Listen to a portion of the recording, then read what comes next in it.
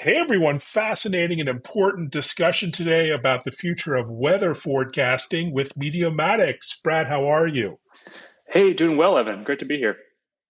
Well, great to have you here. Really intrigued by the amazing work you're doing. How do you describe Mediomatics these days and your mission in the weather intelligence space? So, Mediomatics, our mission is to make weather forecasts better and to make them easier to consume and integrate. As we're seeing technology continue to advance in society, we're seeing greater autonomy with things like drones, self-driving cars, advanced air mobility.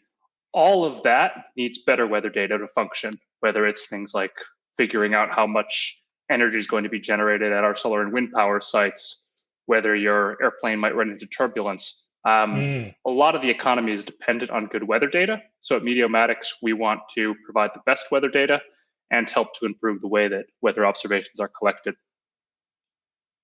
that's fantastic. And talk about the industries you serve. I imagine almost every industry can make use of weather data to some degree, but where you really focus in serving customers? Yeah, you're right. The breadth of inquiries that we get is massive. We pretty much you name a company or name an industry, and we've probably had someone reach out and ask about an application for weather data. Biggest ones I'd say are energy, particularly in the renewable space. So optimizing how much energy can flow into the grid as well as how much electricity the grid can carry at any given time, figuring out how much demand there will be. That's all very heavily weather dependent. Transportation, insurance, agriculture, and then a bit in the water management space as well. I think those are probably the biggest ones that we work with. Fantastic. And talk about your data set, your API. How are you different from the myriad of weather-related data sources that are out there, private, public domain? There's a lot to look at, right? Yeah, so weather data is inherently a pretty messy topic. Hmm. The atmosphere is not all that easy to measure. It's not like we have a weather station at every location. Don't always know exactly what's happening at every single point, every single time. So at Mediomatics, what we try to do is provide the cleanest data, ensure that it has no gaps, that we can enhance it where possible, make sure that it's high resolution, and then we package that up in an API that delivers data for exactly the point, time, and location that a user needs. So that might be something like a wind forecast at 187 feet above ground for a turbine in Texas. It could be your turbulence or icing conditions at 37,000 feet over the Atlantic for an airline. Or maybe it's the average rainfall across a catchment that affects how a reservoir in Ohio that would be filled. So we do a lot with the data processing to make sure that industries can get the data in exactly the file format and exactly when they need it. So to help them a bit with digging through that mountain of data that's produced out there. Oh, fantastic value you're delivering. But and what are the role what's the role of technology? What new technologies are you leveraging in collecting atmospheric data? I see drones are a big part of your solution. Yeah, so the weather industry and weather forecasting technology has come a long way in the past 100 years, 50 years. It's gone from we would get some observations via telegraph and then figure out, okay, it's raining in Chicago. And then maybe there will be a storm coming up the East Coast in a few days. Then the storm would inevitably miss because the understanding of the science was pretty limited. Now we have global measurement networks with ground stations, satellite, but the way that we measure a lot of the atmosphere is still very heavily based on weather balloons. You'll have two Hmm. weather balloon launches a day. They're usually spaced a few hundred miles apart in the US. Um, but the new models that are coming onto the market now, such as ones that we're running here at Mediomatics, they're really data hungry. And one of the biggest impacts in improving your model forecast is measuring those vertical profiles of the atmosphere. So to figure out not just what's happening at the surface, but to get that column of everything that's going on all the way up to 20,000 feet and above. So at Mediomatics, we're filling that gap with a technology we call Mediodrones. It's a drone that's about 2.5 feet across. So pretty tiny system, pretty lightweight, just over 10 pounds, most of that weight being battery, but they're super powerful. One of those drones that you're looking at right there can take off from an automated base system. So someone sitting on a computer in our office clicks a button, and that drone will rocket up to about 20,000 feet, straight on up at about 10 minutes time, and then straight back down, landing in its base station. Then that data that it collects gets fed straight back to us and gets put into our model to help make the next forecast even better. Fantastic. And tell us about, the development of that drone and deployment. How does that work from a business and technology standpoint? As a drone aficionado, I'd love to get a little more behind the scenes. Yeah, it's a huge technological challenge, particularly because you need to have something that can fly a lot higher than you would usually see with a drone of this size, and you need something that can fly in almost all weather conditions. One of the biggest things that we run into is icing. During the initial tests, maybe 10 years ago, you would find flights working great, then you hit a cloud with some ice, and then your propellers ice up, and that's the end of that. So we developed a propeller heating system that's unique to enable the drone to fly through clouds, to fly in snowy conditions, and collect data at pretty much all times.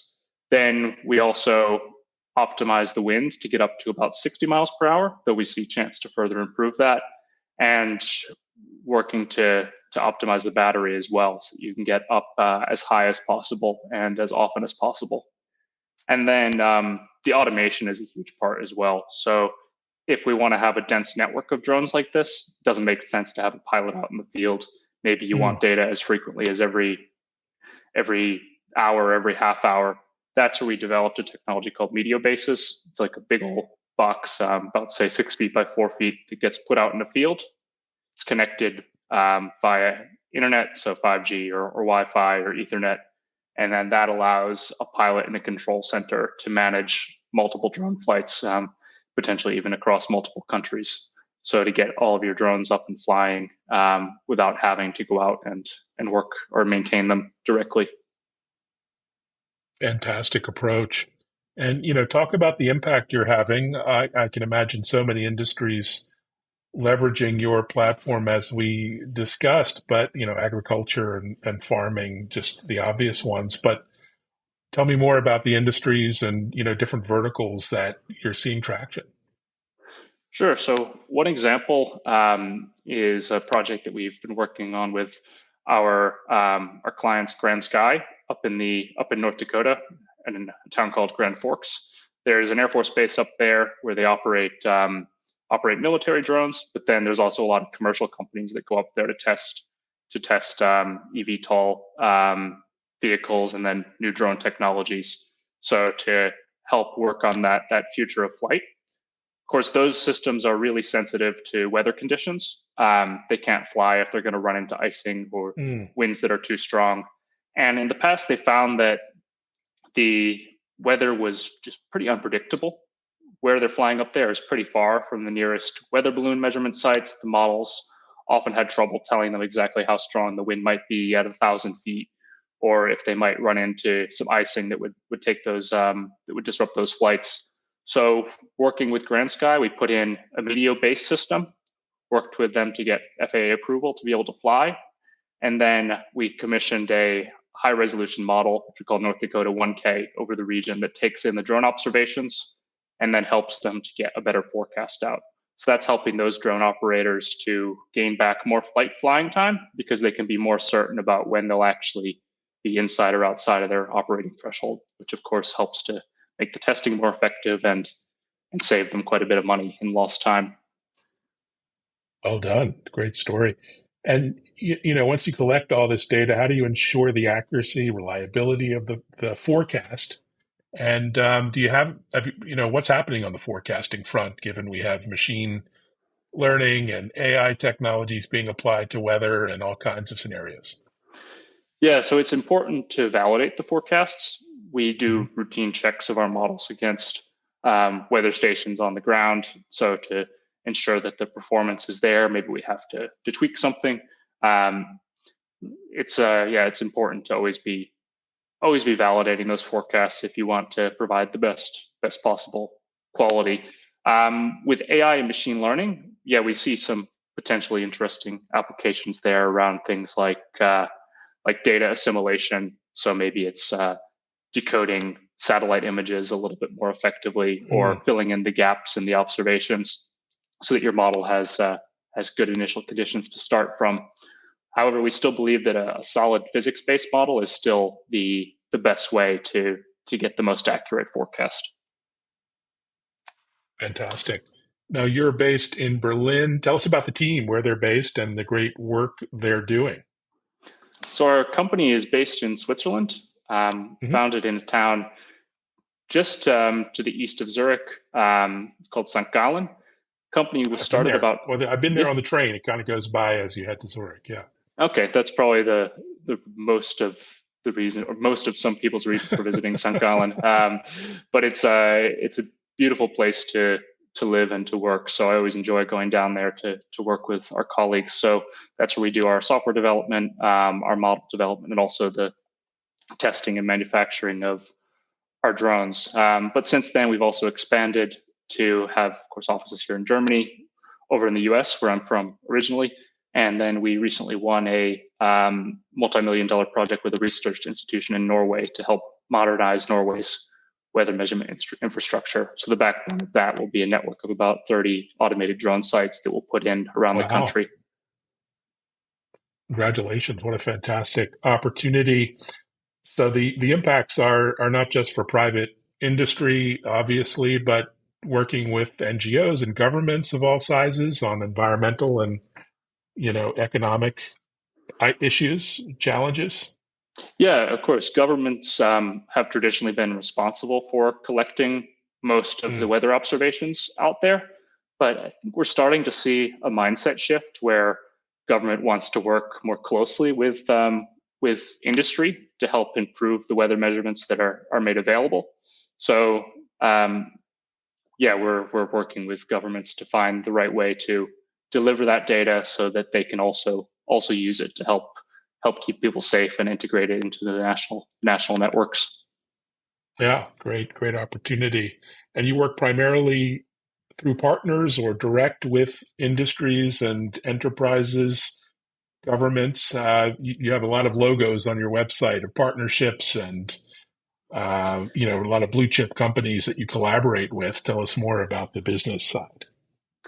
Yeah, it's a little bit all the above. Mm. We focus very much on just the weather data, so creating the highest quality data possible and then Mm. making it as easy to access via API as possible. So a lot of companies will have a data science team and they'll want to access our data directly and put it into, say, a dashboard that they're developing, an internal software tool. Maybe they want to Mm. use it to manage their, say, fleet of ships or their network of wind and solar sites, or anything like that. Then we provide direct data access. But other times, companies will have software vendors that they work with. So maybe it's a flight planning tool that does a lot more besides weather. And then Mm. they want to see Mediomatics forecast via a tool that they're already using. So we also work with partner companies who can integrate our data and then make it part of a larger product. Fantastic. So good, clean data is always welcome, but any sort of bigger picture success stories where you've made a difference in a business or operationally or an industry, anything you can share there on the big picture? Yeah, the clean data is really important. I think having having data that you just don't really have to think about, that it's Mm. always flowing in. You don't have to worry about it being getting like anomalous or error values or something dropping out, so that you have to spend a lot of time running around and fixing things. One example is an energy trading company. They have Mm. a desk of meteorologists who have to produce different forecasts for their traders, so they can help make decisions on when to buy and All sell right. commodities or when to place energy trades. Before working with us, they were spending a lot of time just on data entry, on finding the right source for something, getting it into their dashboard, and then getting the forecast out. So since we've started working with them, they've managed to cut their time spent on that in half. So that's freed up a few extra hours for them to work on new techniques, for them to build new tools, and then that's helped them to become a lot more effective in working with their partners within the industry or within the company. Fantastic. Well done there. Maybe talk about the future. It feels like you're living in the future now, almost sci-fi kind of technology, but where do you see yourselves and then the platform, maybe, the roadmap going over the next couple of years? What's exciting that you can share? Yeah, with the drones, we see increasing levels of autonomy. So as we start to roll out these networks to have the end goal of being able to have a really dense network of drones that can cover, say, a country, a region, or eventually the whole world, and then with the ability to control those all remotely and to operate them from a central location, it also helps us to be a lot more effective about the way that we collect weather data and a lot more efficient. Like it might not make sense every day to be flying every 20 minutes, but when you have, say, a Mm. hurricane coming up from the Gulf, or you're getting ready for a potential tornado outbreak in Oklahoma, then to have that ability with the flip of a switch to start collecting really frequent measurements so that your meteorologists and your forecast models can get a better handle on what's going to happen and help you to warn people and help businesses to take action as well. That's a big piece of it. The other piece is the continued advancement of the weather modeling technology. So the supercomputers are getting better and better. The modeling techniques are getting better over time. So the forecast precision and the forecast accuracy is only continuing to improve. So it's helping with things like figuring out where and when thunderstorms will form, figuring out just how strong the winds in a hurricane might be, to try to get those impacts and the specific conditions at a location to be even more granular, which is what government and business are demanding these days. Wow, that's a mic drop moment. Really important work indeed. Well, thanks for sharing. Just a peek behind the curtain. Amazing progress. We're entering the summer season in Europe, so a little vacation might be on the radar. What else do you have coming up the next few weeks? Any travel or pretty much home base? Yeah, so I work a lot with our clients in aviation and government, so I spend a lot of my time on the road meeting with our partners. We'll be having a kickoff of our project out in Norway next week, so Mm. looking forward to visiting our new colleagues in Oslo. Then towards the end of the Better summer, now there's than a January. That's a good time for a yes, kickoff. Yes. because I'd always try to arrange these things when the weather's a little bit nicer. So when we did our scoping of our project out in North Dakota, that was, I think, the middle of January. And Oh, yeah, it was about minus 20. So um, it was, I guess, a good test of my own weather resilience as that of the drones.